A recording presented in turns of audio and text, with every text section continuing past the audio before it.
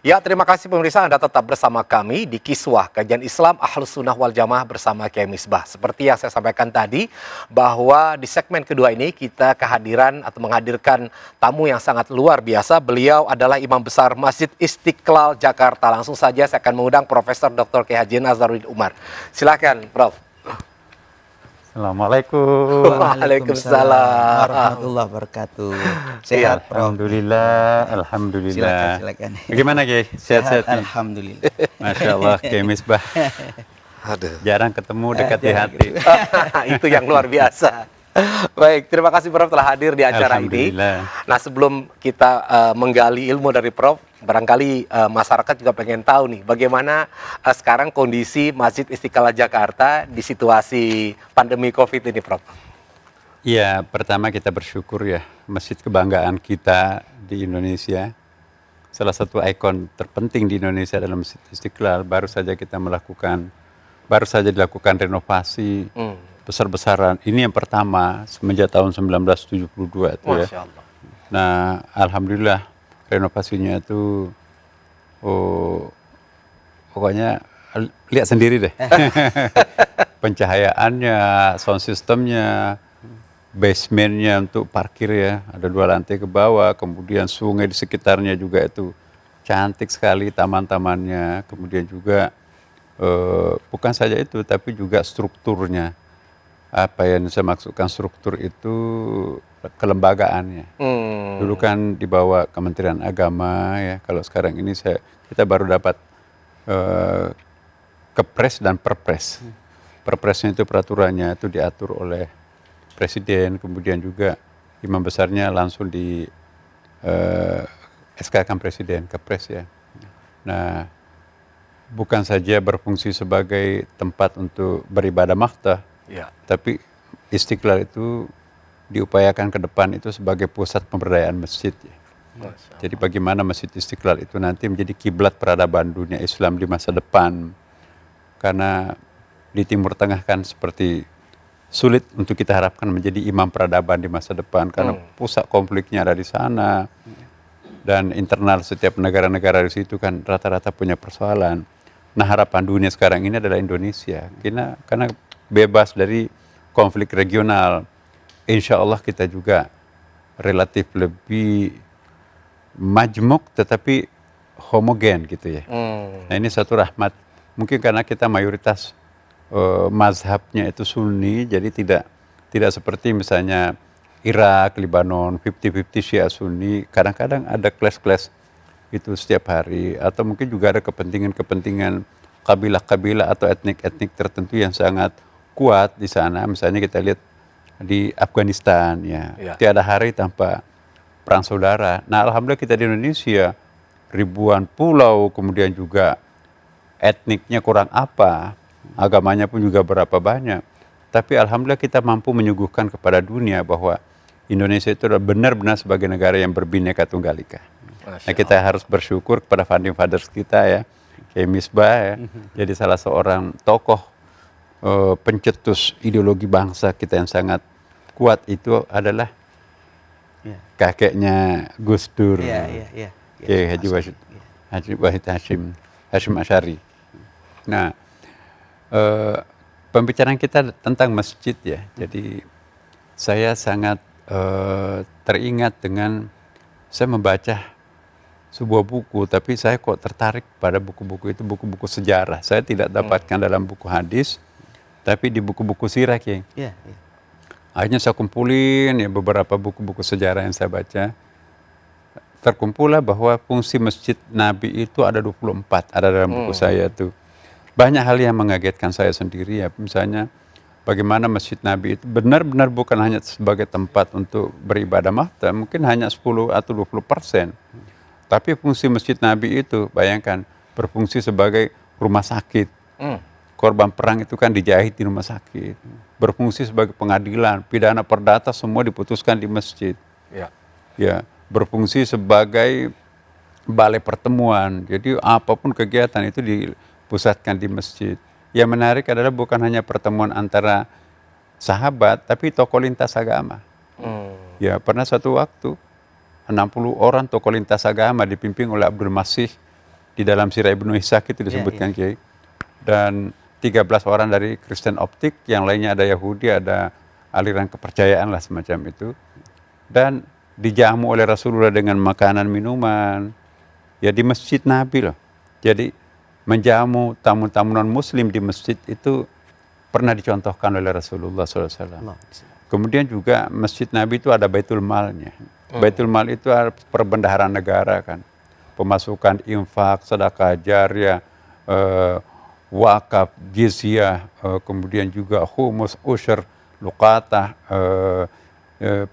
fai', itu ada 27 pundi-pundi umat pada waktu Nabi itu dikumpulkan di masjid. Direkturnya adalah Abi Hurairah.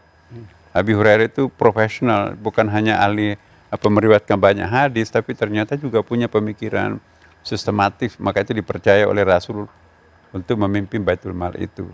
Dan masjid juga berfungsi sebagai tempat pertunjukan kesenian.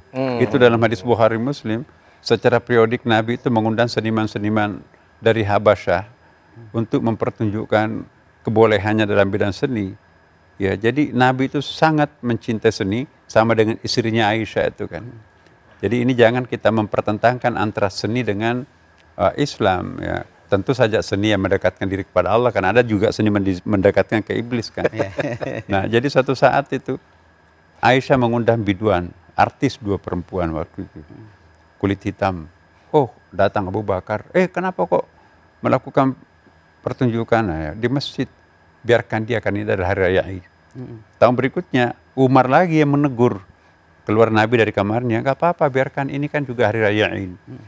Nah, jadi ternyata Rasulullah SAW itu punya punya kelompok seni gitu ya. Kelompok seninya yang dipimpin atau yang dimiliki Rasulullah itu digunakan untuk mengantar pasukan perang itu pergi berperang. Kalau pasukannya menang dijemput dengan kelompok merawis itulah kalau mau saya istilahkan seperti sekarang. Kemudian juga kalau ada kafilah datang dari luar negeri kan itu kan rahmat ya. Kemudian kafilah diantar ke luar negeri itu diantar dengan merawis. Ada orang yang akikah, ada orang melakukan hajatan-hajatan, itu dimainkan. Dan itu dilakukan di masjid. Ini sangat langka ini kita. Saya kok iya?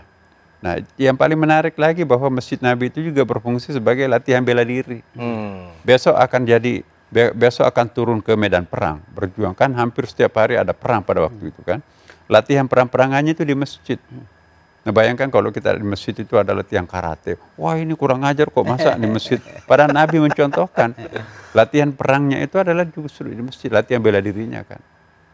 Menara masjid yang tinggi-tinggi itu bukan hanya digunakan Bilal untuk azan, tapi juga untuk melihat dari ketinggian rumah mana yang tidak pernah berasap dapurnya, rumah-rumah mana yang selalu berasap dapurnya. Turun sahabat, kenapa nggak pernah berasap dapurnya? Udah 3 hari ya, lagi apes, nggak ada yang bisa dimasak.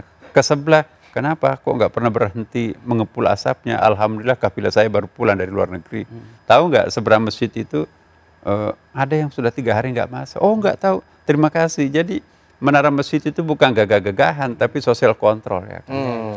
Iya, Kiai Misbah, apa yang disampaikan oleh Prof. Nazar ini sebenarnya memberikan sebuah gambaran bahwa peran masjid atau fungsi masjid ini tadi seperti yang Kiai sampaikan di awal bukan hanya sekedar untuk ibadah mahdhah saja.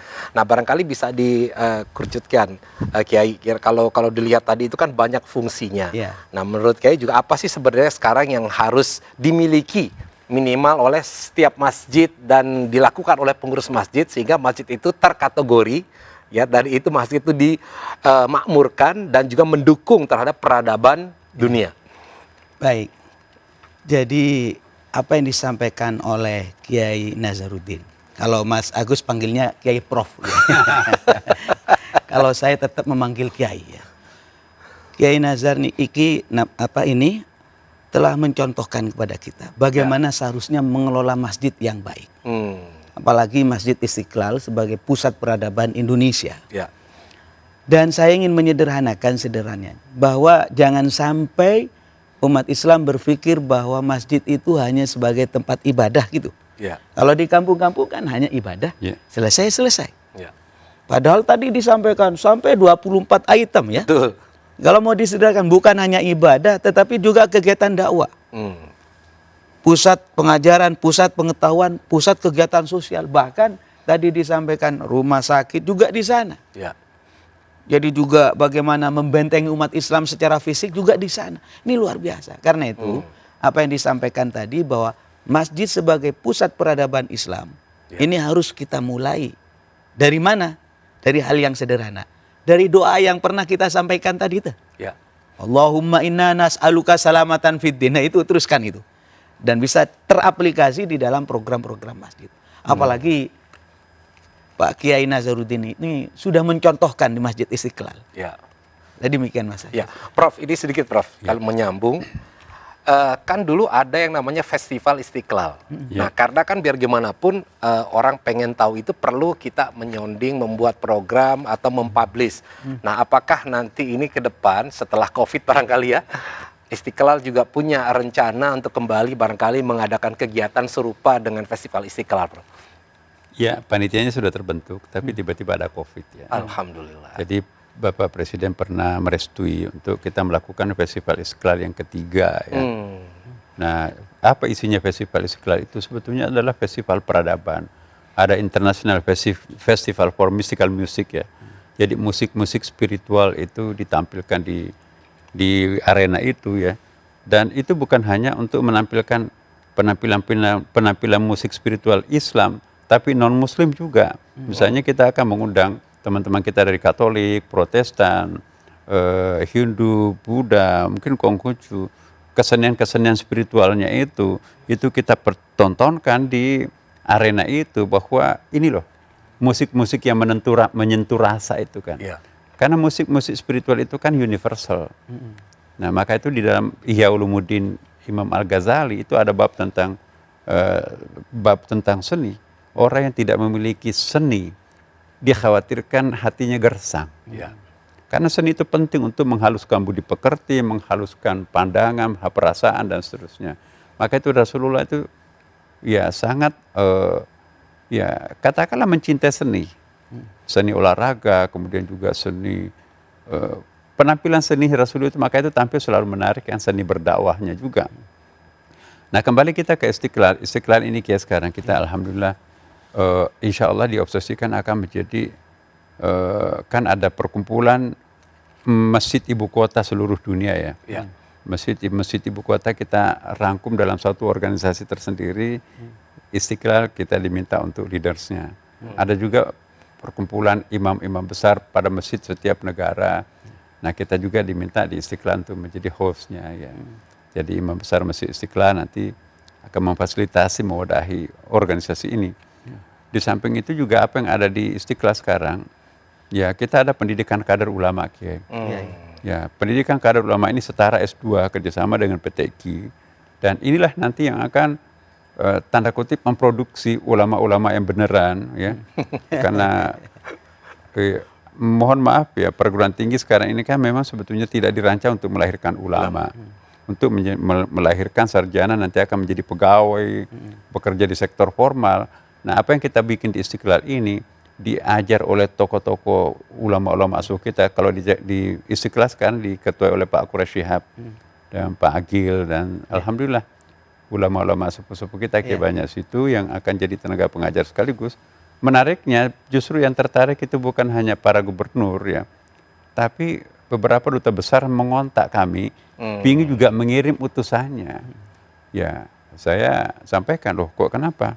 Misalnya dulu pernah kita ada MOU dengan Inggris ya kan, jauh-jauh kok untuk mencari atau melatih imamnya di Indonesia, padahal kan ada di Mesir, ada Timur Tengah, di situ kan dekat. Apa kata Perdana Menterinya pada waktu itu, saya juga hadir, wah kami lebih kompatibel dengan moderasi umat Islam di Indonesia, jadi kami lebih aman kalau imam kami itu di training di Indonesia. Iya, maaf Prof, ini sebentar kita break dulu sejenak. Okay. Baik, luar biasa ada cerita Prof Nazaruddin Umar ini memberikan pengetahuan, pemahaman, dan inspirasi bahwa Indonesia ini sangat luar biasa di mata dunia. Ya, Masjid Istiqlal ini sangat diperhitungkan. Nah, seperti apa nanti akan kita sambung kembali. Namun saya ingin mengingatkan diri saya sendiri dan kita semua untuk sama-sama dalam kondisi pandemi ini untuk bersama-sama kita menyampaikan bantuan ya ke nomor rekening yang tertera ini, kemudian nanti akan disalurkan kepada anak yatim dan duafa yang terdampak COVID-19. Baik, pemirsa sekalian, tetap bersama kami di Kiswah Kajian Islam Ahlus Sunnah wal Jamaah bersama Kiai Misbah.